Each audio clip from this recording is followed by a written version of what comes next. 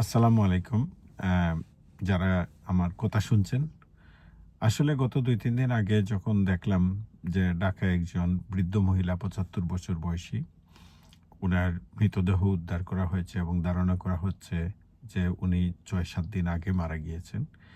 এবং উনার মারা যাওয়ার অবস্থা, উনার যে পরিবেশে থাকতেন সেই বিষয়টা সেই পরিবেশের কথা অথবা উনাকে উদ্ধারের ঘটনা নিয়ে যে নাটকীয় অবস্থা, উনার পরিবার নিয়ে যে বিষয়গুলা উঠে এসেছে সেগুলো আসলে দেখে খুবই মনের মধ্যে একটা কষ্ট পেয়েছি এবং আমার মনে হয় যে এই কষ্টগুলা সবার সাথে শেয়ার করা উচিত।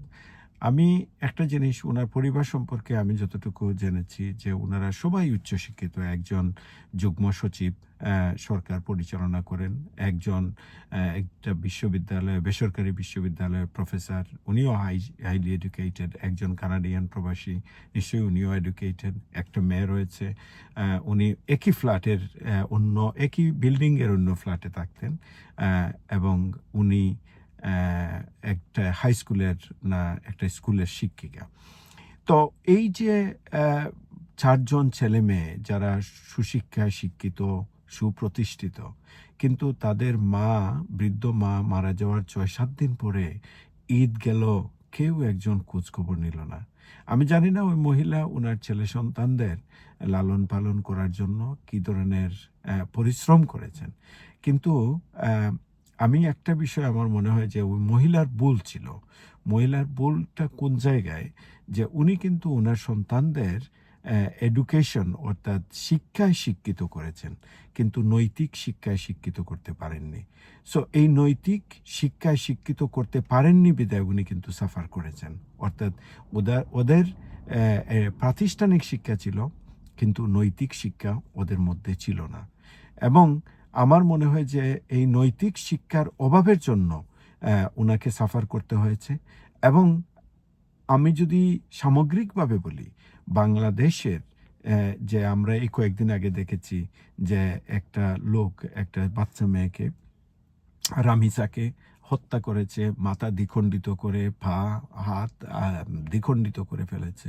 এবং এই যে আ নৈতিকতা এবং সামাজিক অবক্ষয়, এর পিছনে মূল কারণ হলো যে আসলে এই মানুষগুলোর ধর্মীয় শিক্ষা বলেন, নৈতিক শিক্ষা বলেন, সামাজিক মূল্যবোধ বলেন, আসলে দিনে আপনি যদি বাংলাদেশের পত্রিকা বা বাংলাদেশের সামাজিক প্রেক্ষাপটের যে চিত্রগুলো আমরা পাচ্ছি, এটা কিন্তু মারাত্মক ধরনের অবনতি। মানুষ জলজ্জিন্তভাবে পিটিয়ে হত্যা করছে। অথবা আপনি দেখবেন গাছের মধ্যে ঝুলিয়ে মারছে। এই যে জিনিসগুলা, এই জিনিসগুলা কিন্তু আসলে আমাদের কোথায় যেন আমাদের গলদ এবং মারাত্মক গলদ রয়েছে। এই গলদটা হলো যে আমরা আসলে মানুষ তৈরি করতে পারিনি। আমরা শিক্ষিত আ আ জানোয়ার তৈরি করছি। এবং সেই শিক্ষিত জানোয়ার বলেন এবং সেই শিক্ষিত এই মানুষগুলো বলেন, এদের মধ্যে নৈতিকতা বোধ নাই এবং এই নৈতিকতার অবক্ষয়ের জন্য আজকে বাংলাদেশের সামাজিকভাবে এই অবক্ষয়ের তৈরি হয়েছে। আমি মনে করি আমরা বিশেষ করে ব্রিটেনে যারা রয়েছি আমরা কিন্তু প্রায়ই প্রতিযোগিতা করি যে আমার স্কুলে, গ্রামার স্কুলে যাবে, ইউনিভার্সিটিতে যাবে। এটা ভালো। কিন্তু আমি মনে করি যে সবচেয়ে ইম্পোর্টেন্ট এবং সবচেয়ে অ্যা অ্যা দরকারি বিষয় হলো অ্যা যে সামাজিক মূল্যবোধ, নৈতিক শিক্ষা এবং ধর্মীয় শিক্ষা। এই জিনিসগুলার যদি সমন্বয় না থাকে তাহলে আমরা কিন্তু আ এই জিনিসগুলা আমরা সাফার করব। আমিও নিজেও কিন্তু আমার সন্তান রয়েছে এবং আমিও আশা করি যে আমার সন্তানরাও যেন এটলিস্ট এই যে সময়টা বৃদ্ধ মহিলা পার করেছেন, সেই সময়টা যেন আমার পাশে থাকে, আমাকে সাপোর্ট করে।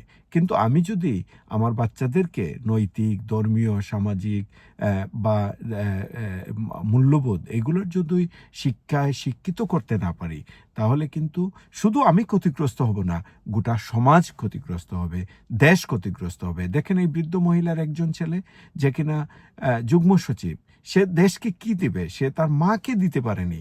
এই যে লোক ইউনিভার্সিটি বেসরকারি বিশ্ববিদ্যালয়ের প্রফেসর, তার তার সাথে যারা সান্নিধ্যে আসবে অথবা তার ছাত্রদেরকে কি শিক্ষা দিবে? যে মহিলা যে মেয়ে একই বিল্ডিংয়ের আলাদা ফ্ল্যাটে থাকে, তার মা মারার 6 দিনের মধ্যেও সে বলতে পারে না যে মা মারা গিয়েছে। এবং আপনারা অনেকেই দেখেছেন যে যখন নার্সরা এসেছে পরীক্ষা নিরীক্ষা করার জন্য, নার্সরা বলতেছে যে 3 দিন আগে মারা গিয়েছে, সে বলতেছে আমি আধা ঘন্টা আগে আপেল খাইয়েছি। অর্থাৎ তার যে মা মারা গিয়েছে তারও কোনো উপলব্ধি বা তার কোনো রিয়াকশন ছিল না। এগুলো হলো জানোয়ার, এগুলো আসলে মানুষ না। এবং আমি মনে করি যে আমাদের প্রত্যেকের বাবা মায়ের উচিত যে এই যে শুধু শিক্ষিত মানুষ না, আমরা যেন শিক্ষিত মূল্যবোধ এবং নৈতিকতা বোধ সম্পন্ন মানুষ তৈরি করি। ধন্যবাদ সবাইকে।